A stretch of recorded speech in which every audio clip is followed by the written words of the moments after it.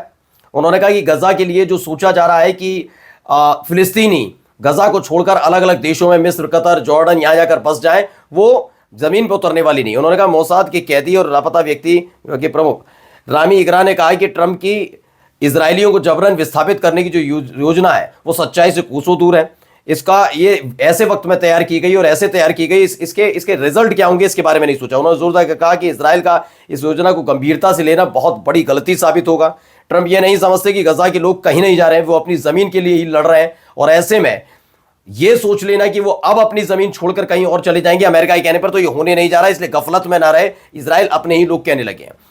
देखिए खबर और आई निकलकर 7 अक्टूबर के ऑपरेशन के बाद, यानी 7 अक्टूबर 2023 को जो पहला हमला हमास की तरफ से किया गया था, जो संघर्ष शुरू हुआ इजराइल और गजा के बीच, उसके बाद देखिए ऑपरेशन के बाद एक रिपोर्ट आई है, उसमें बताया गया कि गजा के साथ जो कुछ किया गया उसके बाद 30 लाख से ज्यादा इजरायली इस वक्त सदमे में है, ट्रॉमा में है। एक नई रिपोर्ट से पता लगा 7 अक्टूबर 2023 को जो हमास की तरफ से ऑपरेशन शुरू किया गया, उसके बाद लगभग 3 मिलियन ऐसे इजरायली हैं, जिनमें निवासी भी हैं, लोग भी हैं, वो पागल टाइप के हो गए, पागलपन के शिकार हो गए हैं, दिमागी हालत उनकी ठीक नहीं है। प्रेस टीवी की खबर है, एक हालिया रिपोर्ट से पता चला कि गजा स्थित जो हमास है, हमास के ऑपरेशन में अल-अक्सा बाढ़ के बाद 30 लाख इजरायली लोग पागलपन के शिकार हो गए। ये कैसे स्पष्ट हुआ है आपको मालूम होगा कि एक दिन पहले मैंने आपको खबर दिखाई कि एक व्यक्ति अल्लाहू अकबर के नारे लगाने लगता है, इसी बीच आईटीएफ यानी कि इजराइल के सैनिक उस पर गोली चला देता है। जब उसे अस्पताल ले जाया जाता है और बाद में पता लगता है वो तो इजराइल का ही एक पूर्व सैनिक था, मतलब इजराइल का सैनिक ही था, जो मानसिक रूप से इतना विक्षिप्त हो गया इस पूरे लड़ाई युद्ध बम गोले बारूद से। ये हालात है, मतलब इजरायली बहुत तेज रफ्तार से पागल से होते जा रहे हैं, लेकिन लग नहीं रहा कि इसका असर कहीं ना कहीं पड़ रहा है इजराइल पर या इजराइल के सैनिकों पर। चलिए अगली खबर मैं आपको दिखा रहा हूं। ये देखिए खबर निकल कर आई, इसे लेकर भी जो मैंने आपको बताया कि मोसाद के जो उन्होंने दावा किया। अब देखिए स्प्रिंटर ऑब्जर्वर की खबर है, नॉर्थ कोरिया के लीडर हैं किम जोंग उन, उन्होंने कहा कि ट्रंप अगर ये सोचते हैं कि गजा के लोगों को, फिलिस्तीनियों को कहीं और रिलोकेट कर देंगे यानी कहीं और भेज देंगे, तो पहले तो इस भ्रम से बाहर निकलें, ट्रंप जाग जाएं, सोए नहीं, नींद में अपने ये प्लान तैयार ना करें। अब देखिए तुर्की की तरफ से जो साजो सामान भेजे गए, उसके बाद तमाम मुस्लिम जो देश है वो एकजुट हो रहे हैं। अभी हाल ही में अमेरिका को भी थोड़ा हड़का दिया था कि अगर अमेरिका गजा पर हमले की योजना बनाता है तो इसके लिए तैयार रहे। वो भी हमले की योजना बना रहा है, तुर्की ऐसे बर्दाश्त नहीं है। अब गल्फ टुडे की खबर है, पाकिस्तान के राष्ट्रपति आसिफ अली जरदारी नजर आ रहे हैं, राष्ट्रपति हैं, और साथ साथ प्रधानमंत्री शहबाज शरीफ भी नजर आ रहे हैं। दरअसल तुर्की के राष्ट्रपति रजब तैयब एर्दोगन जब पहुंचे रावलपिंडी यानी पाकिस्तान पहुंचे, तो उनका इस तरीके से गर्मजोशी के साथ स्वागत किया गया। वहां की ये तस्वीर निकल कर आई, ये देखिए कितना ही जबरदस्त तस्वीर, क्योंकि पाकिस्तान के साथ साथ रजब तैयब एर्दोगन इंडोनेशिया भी पहुंचे थे, और इंडोनेशिया जब गए तो देखिए कितनी भारी तादाद में लोग एकजुट हुए, उनसे मिलने पहुंचे। आप सिर्फ नीचे की भीड़ मत देखिएगा, जो ब्लॉक बने हुए हैं 1 2 3 4 5 ये 5 जो फ्लोर है, इन 5 फ्लोर पर बेतहाशा भीड़ आप देख सकते हैं। तो उनका इस तरीके से जोर जोर से नारे लगाकर उनका स्वागत किया गया है। तो ये खबर निकल कर सामने आई।